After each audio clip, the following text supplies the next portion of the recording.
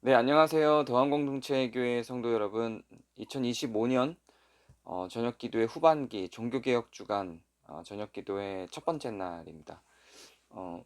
이번 주간 저녁기도회는 총 4개의 주제로 갈 거고요. 첫 번째 날 주제는 음, 해외의 기독교 관련 희년 활동 공동체들을 살펴볼 겁니다. 그 해외에 있는 기독교 관련 공동체가 굉장히 많은데 그중에서 가장 활발하게 운동을 했던 세 개의 공동체를 중심으로 살펴보고 어떤 활동을 했는지, 또 앞으로는 어떻게 진행될 예정인지, 그리고 어떤 표어를 갖고 있는지, 기도 제목은 뭔지 이렇게 나누도록 할 거고요. 내일은 희년을 적용하고 있는 나라들이 있습니다. 주로 아랍국인데 아시아에도 몇 군데가 있고요. 이런 나라들은 희년법을 어떻게 적용하고 있는지, 그게 우리나라에는 어떻게 적용할 수 있는지를 좀 알아보기 위해서요. 우리나라에 어떻게 적용할 수 있는지는 마지막 날에 할 거지만, 내일은 희년을 적용하고 있는 그 나라들의 적용 실태를 좀 살펴보도록 할 거고요. 세 번째 날은 기독교 기관이 아닌데도, 기독교 공동체가 아닌데도 희년과 같이 주거권이나 부채 탕감을 중심으로 활동하는 그런 기관들이 있어요. 그런 공동체들이 있어서 그 공동체들은 어떤 활동을 왜 그렇게 하고 있는 건지를 살펴보고, 그 공동체들에게, 그 공동체들로부터 교회들이 본받을 내용은 뭔지, 그 교회들이 좀 학습하고 교회들이 추구할 수 있는 요소들은 뭔지, 이제 이런 것들을 좀 살펴보려고 합니다. 그리고 마지막 날은 저희가 이제 영상이 아니고 네 번째 날은 모여서 이야기를 할 건데, 그 마지막 날에는 한국의 기독교 혹은 비기독교적인 그 희년 혹은 주거권 활동하는 기관들은 뭐가 있는지, 우리가 전반기에는 그 희년 함께와 희년 사회를 중심으로 살펴봤는데요. 그 외에는 뭐가 있는지, 그리고 희년 함께와 희년 사회를 전반기엔 기도 제목 중심으로 살펴봤다면 실질적인 구체적인 활동들은 뭐가 있는지, 네, 이런 것들을 좀 정리를 해보고, 또 우리나라와 우리나라 기독교, 특히 우리 교회 혹은 우리 개인이 이런 사상, 희년 사상과 희년 정책들을 어떻게 정립해 나갈 것인지, 우리는 무엇을 희년을 위해서 할 수 있는지를 좀 정리해보는 시간을 가지려고 합니다. 오늘 우리가 살펴볼 단체는 총 세 가지인데요. 그 희년을 이제 영어로는 주빌리, 이제 히브리어에서 온 거죠. 주빌리라고 하는데, 이 주빌리 2000이라고 하는 그 활동이었어요. 이 활동이 나머지 다른 세 개의 기구를 만들었는데, 이제 이 활동에 대해서 먼저 좀 알아볼 거고요. 그 다음에 주빌리 프랙티스라고 하는 게 있습니다. 주빌리 프랙티스라고 하는 데서는 또 어떤 활동을 했는지, 무엇을 하고 있는지, 이런 것들을 좀 알아보려고 합니다. 그리고 아예 이런 활동들을 좀 종합적으로 하고 있는 주빌리 센터라는 데가 있어요. 그래서 오늘은 주빌리 센터, 주빌리 프랙티스, 주빌리 2000, 이 세 가지를 집중적으로 알아보려고 합니다. 먼저 주빌리 센터에 대해서 알아볼 건데요. 주빌리 센터는 마이클 슐터라고 하는 사람이 영국에다 본거지를 두고 희년 운동을 펼쳤던 기관입니다. 기독교 기관이고요. 이 마이클 슐터도 기독교적인 희년 사상을 토대로 학사부터 시작해서 아예 석사, 그 박사까지를 희년을 중심으로 공부를 한 사람입니다. 그래서 희년에 대해서 젊은 시절부터 관심이 많았다는 걸 알 수가 있죠.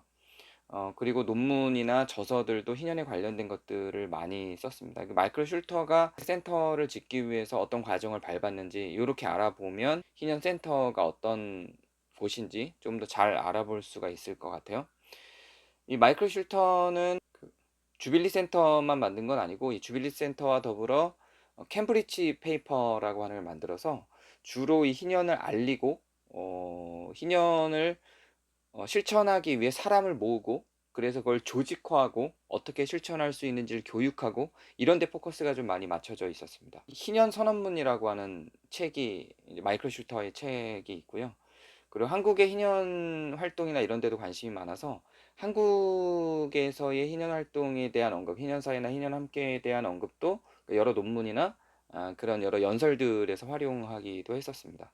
그리고 내부에서의 자본주의의 변혁, 혹은 그 자본주의 이후라는 책들도 있는데, 이런 책들을 통해서 제목은 이제 자본주의 관련된 건데, 그 실질적인 내용은 희년에 대한 주장을 담은 그런 책들을 많이 썼고요. 경제학자이기 때문에 학사부터 박사까지 다 경제학을 공부한 경제학자이기 때문에 경제학적인 내용으로 이런 희년이 어떻게 가능한지, 어떻게 풀어나가야 되는지를 자세하게 상세하게 이렇게 끌고 갔던 사람입니다. 이 마이클 슐터는 이제 희년을 주장하기 위해서 안식일 개념을 갖고 끌고 가기 위한 그런 법안들도 많이, 이제 법안들을 위한 활동들도 되게 많이 했고요. 이제 본인이 기독교인 것들을 대외적으로 공포를 하면서도 그것이 경제적으로 얼마나 효과적이고 어 그리고 경제보다도 인권과 사람을 위한 활동들이 결과적으로는 경제를 더 생산력 있게 만든다라는 주장을 굉장히 많이 하는데요.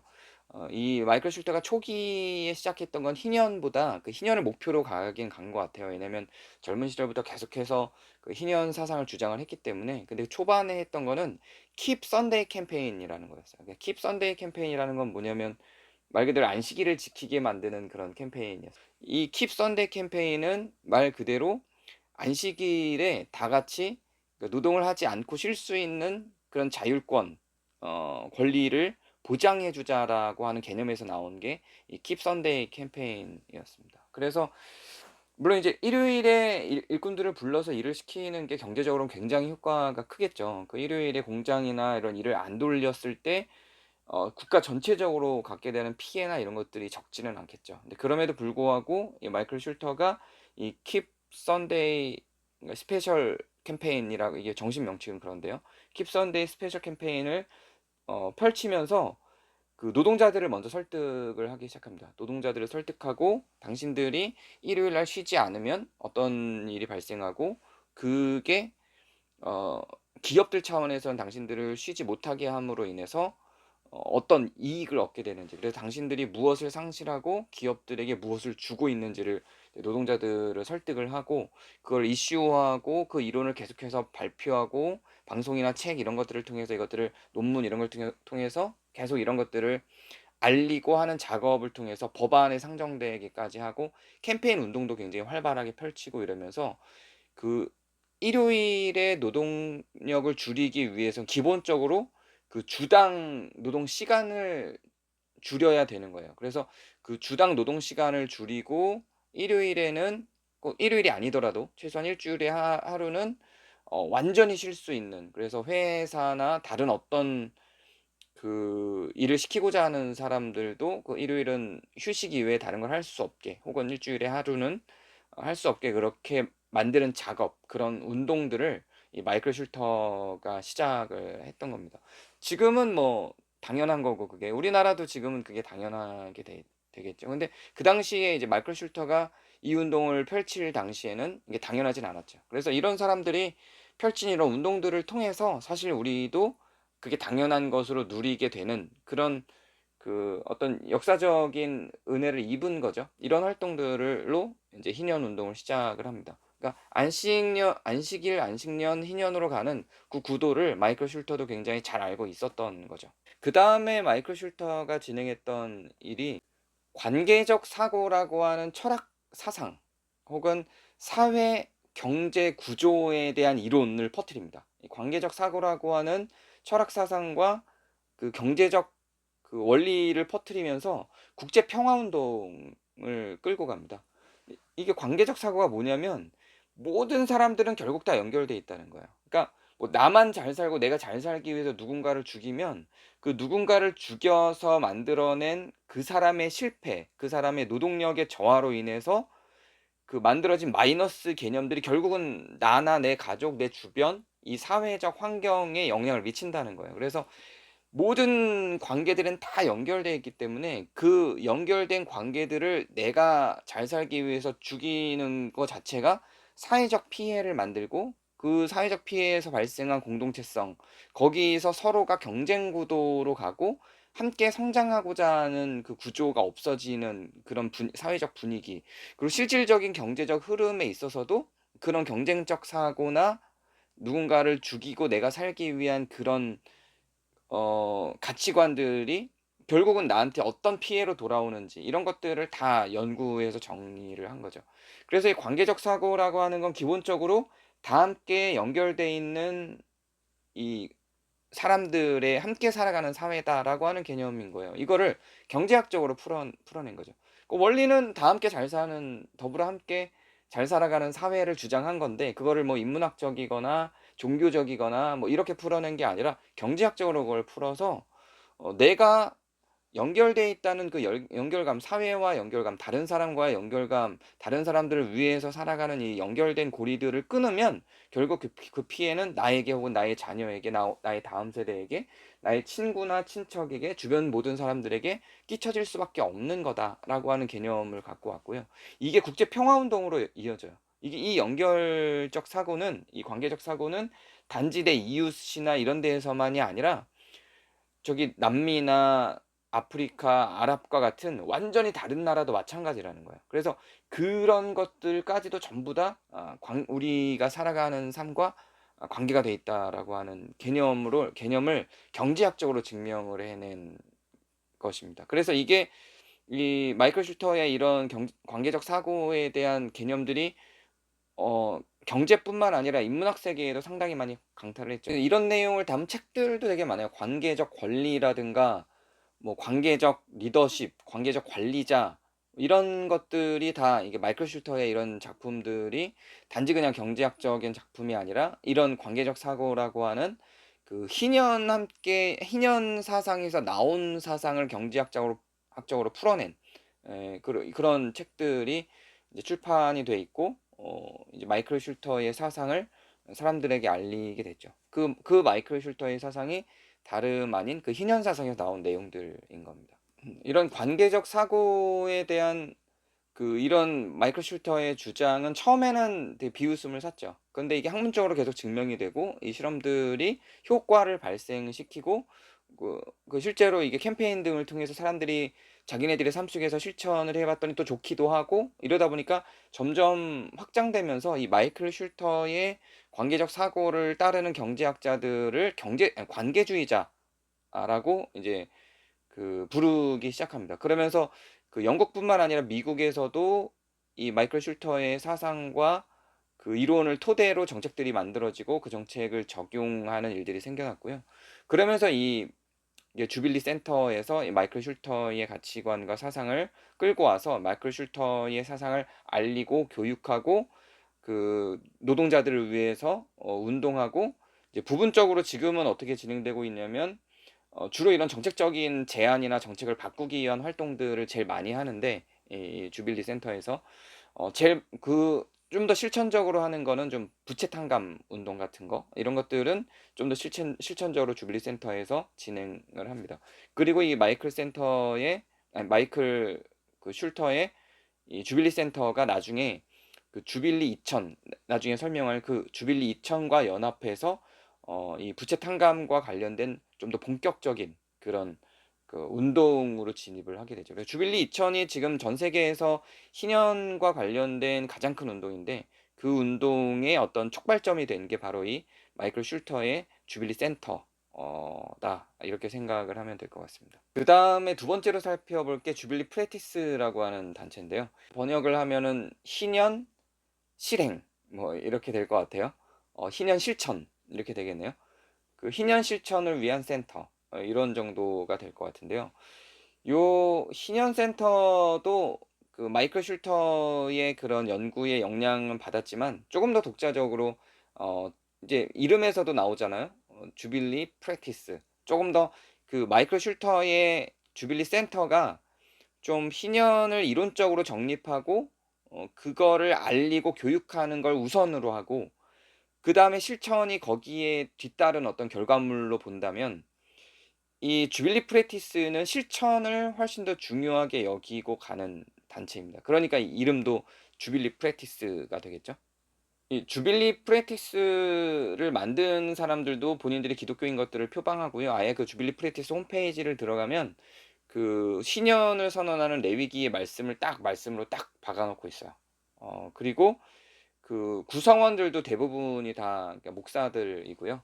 그래서 신년을 실천하고자 하는 종교적인 활동들을 하는 사람들이 많고 놀랍게도 이 주빌리 프레티스를 만든 사람들이 장로교 목사들입니다. 그 미국 장로교 목사들이 모여서 만들었어요. 그러니까 장로교가 우리나라에서는 굉장히 고리타분한 집단이잖아요. 근데 원래는 장로교가 조금 더 진보적인, 그러니까 우리 교회처럼 그렇게 좀 민주적 운영을 하지는 않지만 당회가 있고 장로들이 이끌지만, 그 장로들이 성도들의 대표라는 의미에서 사실 되게 진보적인 단체입니다. 그래서 그 미국 장로교 같은 경우는 뭐 그런 동성애 문제나 차별금지법 이런 것들을 다 아주 진보적인 의미에서 해석을 하고, 그 LGBT를 인정할 뿐만 아니라 뭐 인정하는 차원이 아니죠.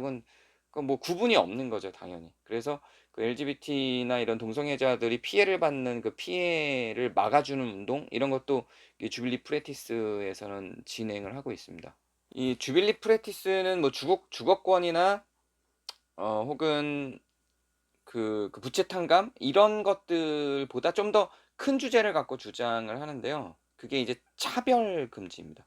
그 주거권도 결국은 차별을 하는 방식이라고 신현을 해석을 한 거예요. 그 부채도 이거를 아예 이제 주빌리 프랙티스에서는 부채를 강화하는 이런 활동이나 부채를 강화하는 이런 구조 자체를 노예화라고 아예 명칭을 아예 써 버려요. 그래서 부채 속으로 들어가서 그 부채의 이자가 계속 붙어서 부채가 삶을 어렵게 만드는 그 구조 자체, 이런 구조를 만든 자본주의 자체가 그냥 아예 노예화라고 딱 이름을 붙여서 그걸 전적인 반대를 합니다.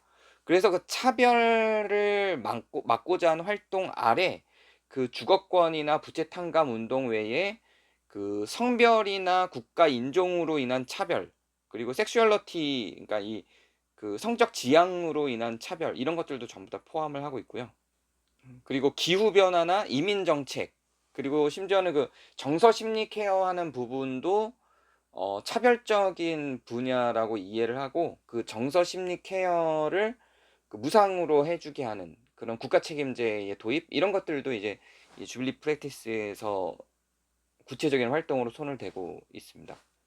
근데 이제 기독교 단체가 이런 활동들을 하다 보니까 신학적인 공격들이 굉장히 많겠죠. 특히나 이제 미국 같은 경우는 그 장로교보다 그 남침내교, 근본주의를 표방하는 그 남침내교가 이제 미국의 기독교 60%를 차지하고 있기 때문에 그 근본주의에서 싫어하는 그런 실천적인 활동들이 되게 많다 보니까 미국 장로교의 그 토대를 두고 있는 이 주빌리 프랙티스의 구성원들 입장에서는 신학적인 근거를 마련해야 돼요. 그래서 그 이 주빌리 프랙티스의 홈페이지를 들어가 보면 우리들의 신학적인 근거, 그래서 그 성경에서 자기네들의 활동을 뒷받침할 수 있는 신학적인 내용들에 대한 정리가 굉장히 많이 되어 있고요.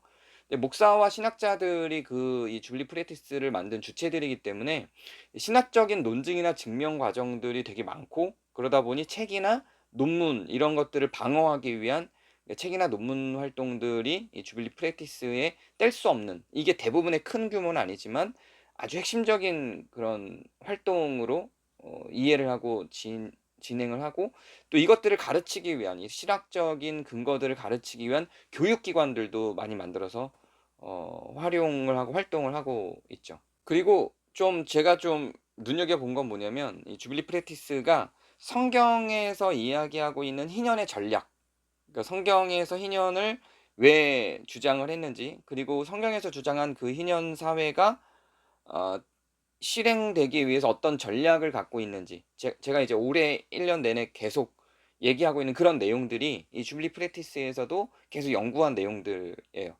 그리고 그걸 미국에서 적용해서 미국에서 이 희년 제도를 만들려면 어떤 전략이 필요한지, 이런 전략에 대한 연구들도 굉장히 많이 진행을 합니다. 그리고 그걸 법안으로 만들어서 계속 올려보내고, 그 미국의 제도를 바꾸기 위한 이런 활동들, 이 미국 장로교 목사들을 중심으로 어 이런 연구 작업과 신학적인 방어 작업 이렇게 진행이 되는 거죠.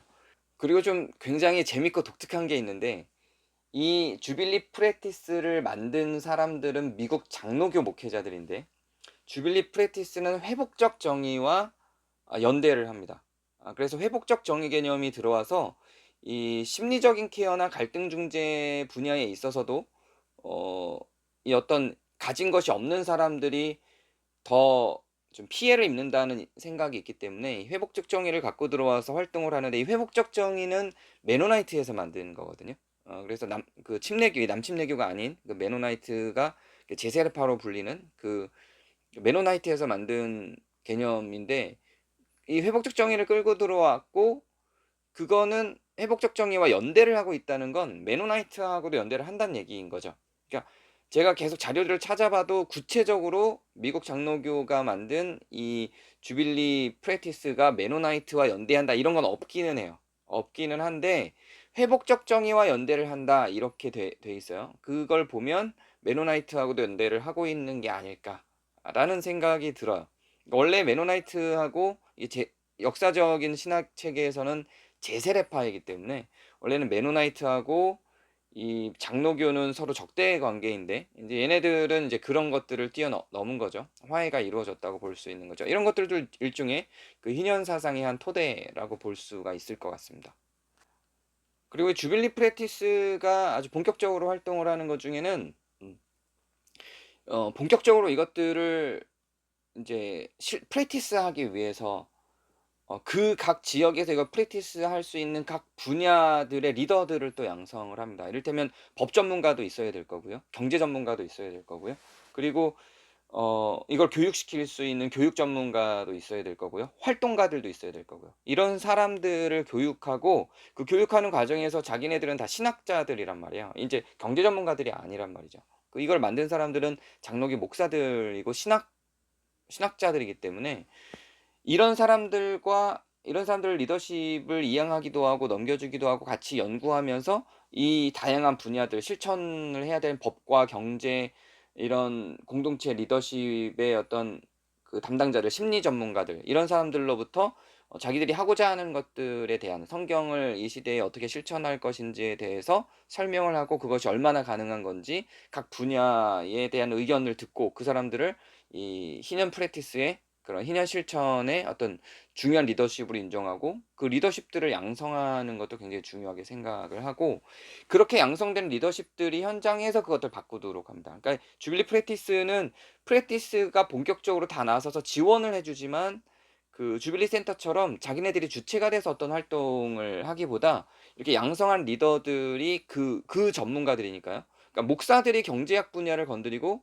목사들이 교육 분야에서, 목사들이 그 정책 분야에서 움직이는 것보다 이 훈련을 받은 정치인들 혹은 경제 전문가들 혹은 그 리더십, 그러니까 리더십 전문가들, 회사 전문가들, 회사 리더들, 이런 사람들이 직접 그 현장에서 하는 게 훨씬 더 어, 좋겠죠. 실천적일 수 있겠죠. 자기들이 하는 것보다. 그래서 그 사람들을 양성하는 과정에서 이 주빌리 프랙티스도 변화가 있고, 또 그렇게 성장한 것을 토대로 또다시 리더들을 양성하고, 그래서 사회 전반적으로 이런 그 정책을 만들고 경제 구조를 만들고, 이런 것들을 이 목회자들이 직접 하는 게 아니라 이 센터의 핵심은 목회자들이지만 양성된 리더들이 그것들을 핵심적으로 끌고 가고, 그 활동들이, 그 프랙티스 되는 활동들이, 실천되는 활동들이 오히려 또 이 센터에 또 이걸 주도하는 목회자들에게 영향을 주고, 이렇게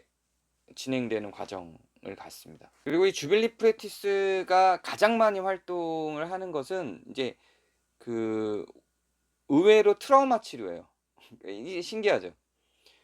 주빌리 프랙티스가 이제 주도적으로 목표로 삼고 있는 건 정책에 영향을 주고 정책을 바꾸는 거고요. 그리고 실질적으로 지금 주거권이 없거나 그런 사회적 부채로 인해서 피해를 받는 그 힘든 상황 속에 있는 사람들을 돕는 것들을 현장 전문가들을 통해서 할 수 있도록 하는데, 정책을 바꾸거나 경제 구조를 바꾸는 거는 저기 먼 일인 거잖아요. 그게 멀리 있는 일이기 때문에 그걸 이 주빌리 프랙티스가 하기는 하지만 장기적으로 그건 해야 될 거니까 지금 당장 어떤 효과들을 만들기는 어렵죠. 그 주빌리 센터 같은 경우도 거의 40년에 걸쳐서 그 작업들을 끌고 가잖아요. 근데 이 주빌리 프랙티스는 그렇게 하기에 너무 장기적인 계획들을 끌고 가야 되니까 지금 당장 처리될 때 제일 많이 하는 건 트라우마 치료예요. 그런 그 주거지가 없어서 심리적으로 어려운 사람들, 그리고 그 빚이 너무 많아서 이제 회생 과정 중에 있거나 삶이 피폐해져 있는 사람들을 회복하는 심리적인 접근, 상담적 접근 이런 게 오히려 주빌리 프랙티스가 굉장히 많이 하는 작업들이고요. 그리고 뭐 이렇게 비 때문에 창녀가 된 그 창녀촌에 들어가 있는 사람들을 다시 그들이 원하는 삶으로 회복시켜 주고 이제 이런 활동들을 오히려 주빌리 프랙티스는 굉장히 많이 합니다. 그래서 트라우마 전문가들이 주빌리 프랙티스 안에 굉장히 많이 있고요. 그런 것들을 전부 다 트라우마로 해석을 해서 사회적 피해로 해석을 하는 거예요. 그런 뭐 부채 때문에 심리적 어려움을 겪거나 혹은 집을 잃어버리거나 집이 없어서 떠돌다가 심리적 어려움을 겪는 이런 것들을 전부 다 이제 트라우마로 일종의 트라우마로 해석을 하고 그 사람들의 심리를 지원해 주는 케어해 주는 그런 활동들이 아주 독특하고요. 그리고 이게 이제 희년 사상하고 관계가 없을 것 같은데 그 희년 사상의 가장 핵심적인 위치에 차별이 있다고 이 주빌리 프랙티스가 해석을 하다 보니까 차별을 받아서 힘들어하는 그런 성소수자들 이런 사람들을 케어하고 지원하고 그 사람들의 심리를 좀 이렇게 치료해 주고 그런 것들을 트라우마로 다루면서 심리 케어를 해 주는 것도 이 주빌리 프랙티스가 다른 희년 단체들과 다르게 좀 독특하게 갖고 있는 모습이기도 합니다. 이 주빌리 2000은 지금부터 이제 25년 전 2000년이 천주교의 대희년의 해였어요. 그러니까 희년이 계속 이제 49년, 50년마다 이렇게 반복이 49년마다 반복돼서 오잖아요. 근데 천주교는 이걸 25년으로 계산해요. 어차피 49년이라고 하는데 그 다음이 이제 희년 선포해이기 때문에 50년으로 기독교 개신교에서도 바라보기는 해요. 49년이지만 희년 선포는 또 그 다음 해에 이루어져서 50년째 희년 선포가 되는 거기 때문에 천주교에서는 이걸 25년마다 가는데 2000년도가 대희년 선포일이었습니다. 그 대희년 선포일에 기독교의 희년 기관들과 천주교의 희년 선언하는 그 대희년 준비위원회가 같이 연합을 해서 주빌리 2000, 희년 2000이라고 하는 운동을 펼칩니다. 그 희년 2000에서 펼친 가장 중요한 운동이 뭐냐면 두 가지 맥락, 희년이 가지고 가는 아주 중요한 두 가지 맥락인데 주거권과 부채 탕감입니다. 그 주거권과 부채 탕감 꼭대기의 선언을 뭐라고 해 놓냐면 이 주빌리 2000에서 희년 2000에서 뭐라고 했냐면 노예 해방입니다. 그러니까 이거를 주빌리 2000에서 아예 선언을 그렇게 한 거예요. 집이 없이 사람들이 살아가고 부채로 인해서 자기 자산이 전혀 없이 모든 걸 부채 속에서 그러니까 자기 자산보다 부채가 더 크게 있는 것 자체를 인제 자산이 없고 그러니까 자산이 마이너스인 거죠. 이런 경우들이 되게 많죠. 저도 이제 거의 거기에 가까워요. 그러니까 집을 얻으려면은 내 부채가 뭐 5 억이다. 예를 들어서 뭐 1 억이다. 이렇게 했는데 실제로 내가 갖고 있는 건 그거보다 적다. 뭐 이러면은 이제 마이너스를 보는 거죠. 이런 상태를 다 이 주빌리 2000에서는 노예화라고 규정을 합니다. 그래서 가장 중요한 모토가 노예 해방이고요. 그리고 그 노예 해방의 실천적인 요소로 부채 탕감과 주거권이 있는 거예요.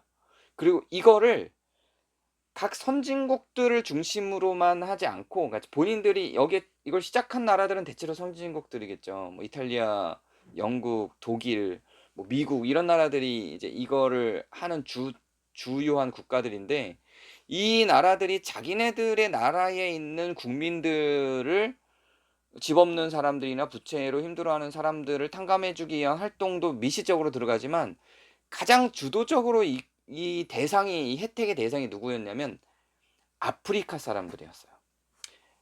저도 이제 이 연구를 하기 전까지는 몰랐는데 이 주빌리 2000 활동을 하기 전까지 프랑스나 영국 같은 나라들은 아직도 자기네들이 2차 대전 전에 지배했던 2차 대전 전후에 지배했던 그 아프리카 땅들에 대한 소유권이나 거기에 대한 부채를 갖고 있더라고요. 그래서 그 아프리카들 영국이 그 나라들을 위해서 뭔가를 해 줬잖아요. 그게 부채로 남아 있는 거예요. 그래서 그게 그 영국으로 상당수의 돈들이 그 아프리카에 있는 나라들이 들어오고 있었던 거죠.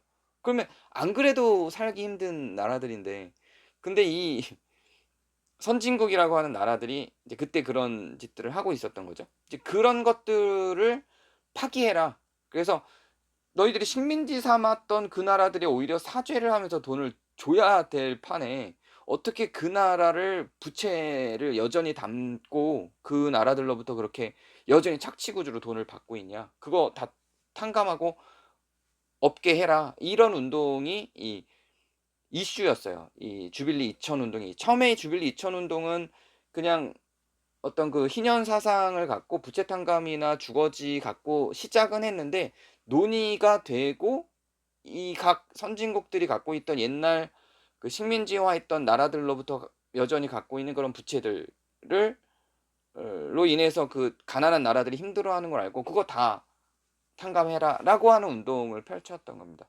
물론 이제 그 노예 그 식민화했을 때 만든 것만이 아니라 경제가 성장하면서도 여러 가지 뭐 IMF와 같은 그런 그 빚들이 있겠죠. 이제 그런 것들까지 탕감을 하도록 요청을 하는 그런 활동들을 한 게 주빌리 2000 이었던 겁니다. 뭐 상당히 의미가 있죠. 그 우리가 생각한 이상의 그런 그 의미가 이 안에 들어가 있는 것 같아요. 근데 주빌리 2000 활동을 해서 실제로 그 상당히 많은 국가들이 영국, 프랑스, 독일, 그 미국과 같은 국가들이 그런 활동에 동참을 했어요. 실제로 동참을 하고 실제로 탕감을 상당히 많이 했습니다. 천주교가 이제 교황이 그걸 나서서 막 진행을 하고 이러니까 완벽하지는, 아직도 지금도 그걸 계속 운동하고 있고 지금도 그걸 탕감을 하기 위한 활동들을 지금도 하고, 그러니까 100% 탕감한 게 아니에요 아직. 그러나 그걸 중심으로 그런 활동들을 인제 실제로 했고, 그게 2000 년대 주빌리 2000은 어떤 공동체나 조직이 아니라 하나의 운동이었어요. 그래서 그 주빌리 2000 운동을 토대로 이거를 지속적으로 진행하는 센터들이 만들어집니다. 이때 만들어진 센터들이 그 주빌리 USA, 주빌리 스코틀랜드, 주빌리 잉글랜드, 이런 센터들이 만들어져요. 그리고 주빌리 사우스라 그래서, 이 주빌리 사우스는 그런 부채를 자기네들이 그런 그 아프리카나 이런 식민지화했던 나라의 부채를 탕감해 주지는 않지만 이런 정신을 갖고 활동을 계속 자국에서라도 부채 탕감과 주거권 운동을 위해서 활동하는 걸 지원해 주는 그 주빌리 사우스라고 하는 조직이 생겼고요. 이 주빌리 사우스는 그러니까 남부 주빌리 뭐 이렇게 될 것 같은데, 그 주빌리 사우스는 그 아시아에 있는 나라들, 그 희년 활동에 관심이 있는 아시아에 있는 나라들을 지원하고, 그 아시아에서도 이런 주거권과 어 그런 그 부채 탕감을 위해서 활동하는 걸 지원하는 그런 센터들이 또 생깁니다. 그래서 주빌리 2000 으로 인해서 생긴 센터들이 주빌리 USA, 주빌리 스코틀랜드, 그 주빌리 잉글랜드, 그리고 주빌리 사우스, 요런 나라들, 요런 기관들이 생겨서 주빌리 2000의 영향력을 계속해서 지금도 이어오고 있고요. 그리고 요 안에서는 이제 아까 주빌리 센터나 주빌리 프랙티스에서 한 것처럼 주거권 운동도 같이 들어가는데, 이거는 정책에 대한 문제이기 때문에 좀 멀게 가는 긴 여정을 들고 가는 거고, 지금도 여전히 투쟁을 하고 실천적으로는 그런 부채 탕감이 주된 업무가 되는 거예요, 이 센터들의. 이 주빌리 2000 으로부터 인해서 생긴 센터들의 주된 업무는 부채 탕감 업무가 인제 주된 업무가 되는 거고요. 그러나 장기적으로는 정책을 바꾸기 위해 주거권에 대한 정책을 발의하고 그것들을 위한 연구를 하고 정책을 제안하고 이런 것들도 여전히 이 센터들이 계속 진행을 하고 있기는 합니다. 네, 오늘 이제 첫째 날이었는데요. 세계에서 좀 거대한 규모를 갖고 있는 그 희년 운동을 하는 기관들만 제가 대표적인 세 개를 소개를 해 드린 거고, 사실 이 외에도 작게 작게 운동을 하는 그 희년 운동 단체들, 우리나라의 희년 함께나 희년 사회 같이 조그맣게 하는 연구소나 이런 기관들은 굉장히 많아요. 무수하게 많고, 이제 국제적으로 세계적으로 이것들을 펼쳐 나갔던 커진 거대하게 거대한 규모를 갖고 진행하는 그런 운동이나 센터들만 소개를 해 드린 겁니다. 네, 오늘은 여기서 정리를 하고 기도 제목을 나누도록 하겠습니다. 기도 제목은 지금 제가 소개해 드린 이 희년과 관련된 기독교 및 천주교의 단체들을 위해서 기도해 주시기 바랍니다.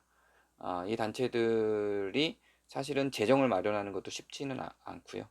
그리고 여러 주변에 비난들이 있고, 이 단체들을 방어하고 막고자 하는 또 다른 단체들은 돈이 훨씬 더 많고 경제적으로도 왕성하고 대세에 있는 기관들이기 때문에, 사실 제가 소개해 드린 이 기관들이 국제적인 일들을 많이 하기는 했지만 사업을 크게 확장하긴 했지만 이렇게 풍요로운 조직들은 아닙니다. 유엔처럼 그렇게 큰 조직들은 아니기 때문에 버겁게 버겁게 해나가고 있어요. 그래서 이 조직들 단체들을 위해서 기도해 주시고, 제가 오늘 소개해 준 이외에도 이런 세계적인 단체들이 굉장히 또 많아요. 그런 그 세계에 펼쳐져 있는 각국의 이런 희년 운동 단체들이, 우리나라의 희년 함께와 같은 단체들이 굉장히 많습니다. 그런 단체들을 위해서 기도해 주시기 바랍니다. 그리고 오늘 제가 소개해 드린 것 같은 이런 기관들에 있는 학자들이 있어요. 마이클 슐터와 같은 학자들이 있고, 결국은 그 학자들이 이 연구들을 잘 실행을 해야 그걸 토대로 정책도 제안될 수 있는 거고요. 그리고 그것에 대한 경제적 효과나 정치적 효과, 이런 것들, 사회적 효과, 이제 이런 것들이 드러나야 정부에서도 예산을 책정하고 정책을 바꿀 수도 있는 거거든요. 그냥 계속 손실만 있는데 그냥 저 사람들은 가난하고 불쌍한 사람들이니까 돕자는 의미에서 한다, 이렇게 해서는 이 희년 정책은 의미가 없어집니다. 결국은 그 정책을 만들어가는 사람들을 설득하는 과정, 그리고 부유한 사람들이 자기네들에게 완전한 그 손해가 아니라 결과적으로는 이 나라, 사회, 그러니까 다 함께 살아가는 구조라고 하는, 아까 그 마이클 슐터의 관계적 사고나 이런 연구들이 뒷받침이 되어야 정책으로도 갈 수 있기 때문에, 이런 연구들을 위한 그런 기도도 좀 같이 많이 해주시기 바랍니다. 그리고 오늘은 이제 국제적인 것들을 보기 위한 거니까요. 우리나라에도 주거지가 없는 사람들이 상당히 많이 있지만, 아까 주빌리 2000에서 운동한 것처럼 아프리카나 남미, 또 아시아의 많은 나라들은 정말 뭐 주거지가 없어서 죽는 사람도 많아요. 왜, 이런 거 좀 되게 전 질문도 많이 받았어요. 왜 아프리카 사람들은 더워서 죽어요? 집이 있는데. 집이 없어요. 왜, 실제로 이제 추워서 죽는 사례도 있거든요. 근데 영하도 아니에요. 영상 5도, 7도 이런 데 추워서 죽어요. 왜냐면 그 전까지는 온도가 막 40도, 50도였는데 갑자기 그러니까 7도로 떨어지면 영하가 아니어도 뭐 얼어 죽는다기보다 추워 죽는 거죠. 그래서 추워서 죽는 사람들이 있습니다. 그래서 그런 뉴스가 나올 때 이해가 잘 안 될지 모르지만, 그런 게 다 집이 있으면 그렇게 안 죽죠. 집이 없는 사람들이 그렇게 죽는 거거든요. 그래서 이런 전 세계에, 사실 우리나라도 주거권 문제가 심각하지만 아프리카나 남미, 좀 가난한 아시아권의 나라들은 정말 심각하거든요.